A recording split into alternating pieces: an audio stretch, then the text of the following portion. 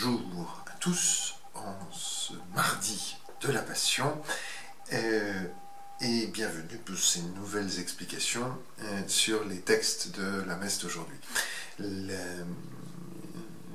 avons un passage en première lecture, nous avons un passage typique de l'Ancien Testament, puisqu'il s'agit d'un passage du livre de Daniel qui est relatif à cette descente de Daniel dans la fosse avec les lions, n'est-ce pas, et qui présente une version spécifiquement grecque, une version de la Bible grecque, où Daniel se trouve nourri miraculeusement dans la fosse où il est isolé pendant 6 jours. Alors, tandis que l'évangile de Saint Jean nous laisse encore une fois dans cette fameuse fête des tentes dont nous parlons depuis plusieurs jours, mais tout au début de celle-ci. Et nous avons ici, encore une fois, 2 passages qui sont tout à fait caractéristiques de cette préparation au baptême qui doit être donnée dans la nuit de Pâques, dans la nuit de la résurrection, parce que il y a un certain nombre de thèmes qui s'entrecroisent. Évidemment, la religion et la foi, la religion au sens de vertu de religion et la foi, et la passion du Christ, mais aussi sa résurrection. Alors la religion et la foi, c'est tout à fait caractéristique dans le passage dont nous parlons, dans les 2 passages dont nous parlons, parce que nous y voyons dans les 2 cas la religion et la foi en but à la contradiction. Le sens religieux tout d'abord, parce que si Daniel est puni par le roi, c'est parce que Daniel vient d'abattre 2 faux dieux. D'abord une statue d'un dieu qui s'appelle Bel, et dont il a montré qu'il n'était pas vivant, et ensuite un serpent, un gros serpent, qui était vénéré par les habitants de Babylone. Parce que le passage que nous lisons, donc Daniel, vous le savez, c'est un prophète de l'époque de l'exil, et le passage que nous lisons est tout à fait caractéristique de cette époque, de ce moment, Daniel, auprès du pouvoir central. Daniel qui a réussi à s'approcher du souverain, qui s'est fait remarquer par le souverain parmi tous ces juifs déportés depuis la terre sainte jusqu'à Babylone, et qui acquiert une importance considérable à la cour du souverain, selon un schéma qui rappelle un peu celui de Joseph en Égypte, et qui arrive à occuper une position prépondérante, mais qui ne cède absolument pas sur la question du premier de tous les commandements. Tu n'adoreras qu'un seul Dieu, le seul vrai Dieu, et tu n'auras pas d'autre Dieu, et tu aimeras Dieu par-dessus toute chose, et plus que toi-même. Voilà, c'est un peu une glose sur le premier commandement, mais c'est l'idée de ce premier commandement. Et donc Daniel ne transige pas, et c'est ainsi qu'il se retrouve à avoir des problèmes, et dans cet épisode donc, de la Bible grecque, de la Septante, nous voyons un peu la conclusion de ces problèmes. Alors quels sont-ils? Donc l'affaire, d'abord, Daniel, c'est encore un lieu typique, a ridiculisé les prêtres du dieu Bel, comme Élie l'avait fait pour les prêtres de Baal, c'est rapporté au livre des rois, et par là, il signe, si vous voulez, aussi la fin d'une domination. Voilà. C'est-à-dire que le dieu tutélaire de la ville de Babylone est un faux dieu, n'est pas un dieu vivant. Et le roi Babylone est très curieux, alors il conduit Daniel devant le serpent, il dit, écoute, là il est vivant quand même, celui-là il est bien vivant, il va pas m'expliquer. Et alors Daniel lui dit, écoute, je le tuerai sans arme. Il lui donne une nourriture qui étouffe le serpent en meurt. Voilà. Donc du coup les prêtres et un certain nombre d'habitants de la ville sont furieux. Et alors les prêtres se précipitent chez le roi, font pression sur lui, et obtiennent ainsi, alors ils font pression en disant, écoute, si tu ne livres pas Daniel à la mort, eh bien, nous dirons que tu t'es fait juif, que tu as trahi la religion de ton peuple, et tu seras en but à la colère publique, à la vindicte publique. Bon.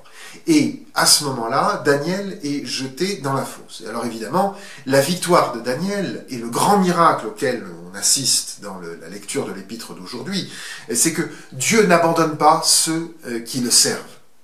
Dieu n'abandonne pas ceux qui le servent, et on assiste à cette scène absolument saisissante du prophète Habacuc saisi par les cheveux et transplanté directement à Babylone, qu'il ne connaît pas, pour porter de la nourriture à Daniel. Et nous voyons aussi cette figure, donc non seulement Dieu est au-dessus des faux dieux, Dieu conserve en vie son prophète, de la façon la plus miraculeuse qui soit, par quelqu'un qui n'en a absolument aucun moyen humain. Et donc Dieu témoigne en son prophète de la vérité de ce qu'il est, et de ce qu'il est le Dieu vivant. Voilà. Et ça, ce premier point, c'est aussi Dieu qui est au-dessus des pouvoirs humains.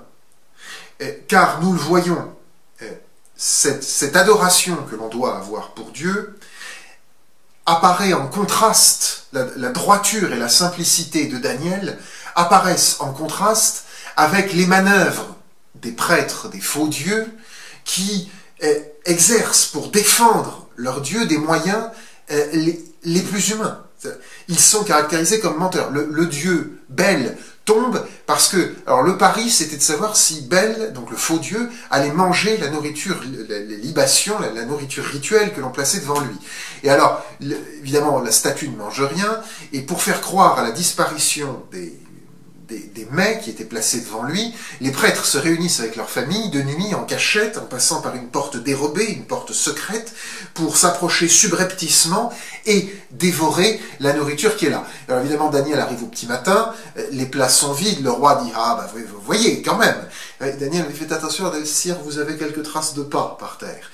Et donc, la simplicité de Daniel arrive à vaincre les moyens, les moyens humains, les manœuvres humaines.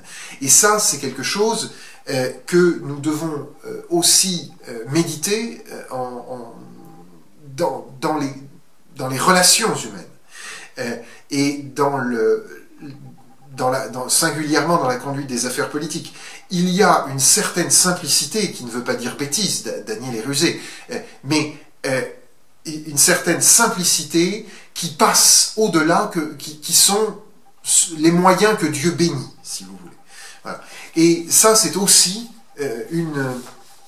la vérité du discours, la vérité du langage, la simplicité, la droiture du vrai témoin, c'est quelque chose que nous avons à méditer en même temps que cette victoire de la foi qui, évidemment, prépare les catéchumènes à leur baptême.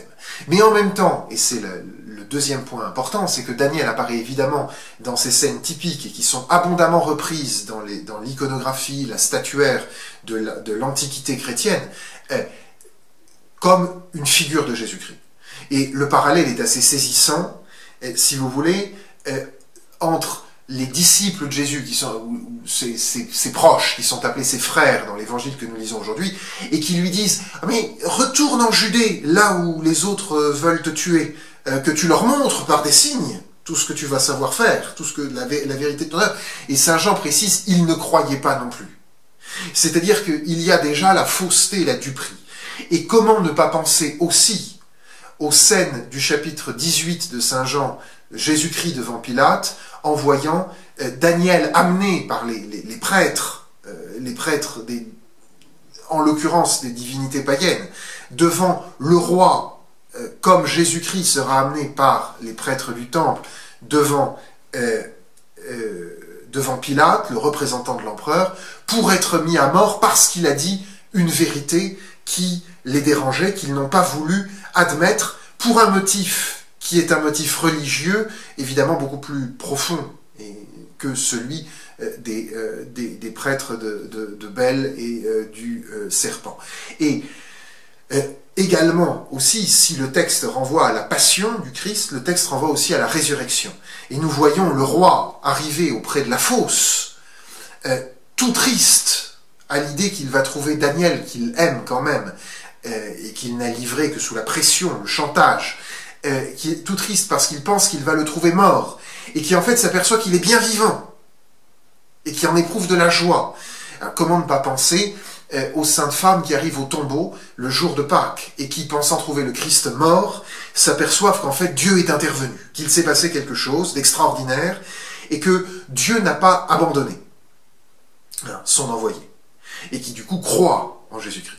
Seigneur, vous êtes là. Rabouni, dit Marie au tombeau. Et la statuaire chrétienne représente souvent Daniel dans les baptistères. Alors Daniel entre deux lions, les bras levés en signe de prière, parce qu'il est le vrai religieux, le vrai croyant, et debout en signe de résurrection, et on le retrouve aussi représenté nu. Et ça, comme le Christ au tombeau.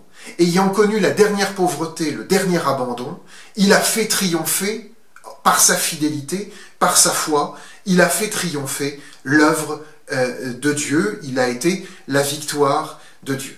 Et nous voyons aussi, ce sera le dernier point de cette comparaison, de même que le Christ monte à Jérusalem pour témoigner publiquement, sans que ses frères, c'est-à-dire ses disciples, ses proches, ne le voient, et bien de même Daniel procède sans que les autres ne comprennent. C'est-à-dire que le Christ, ou l'envoyé de Dieu, procède selon un plan qui reste caché à la sagesse du monde.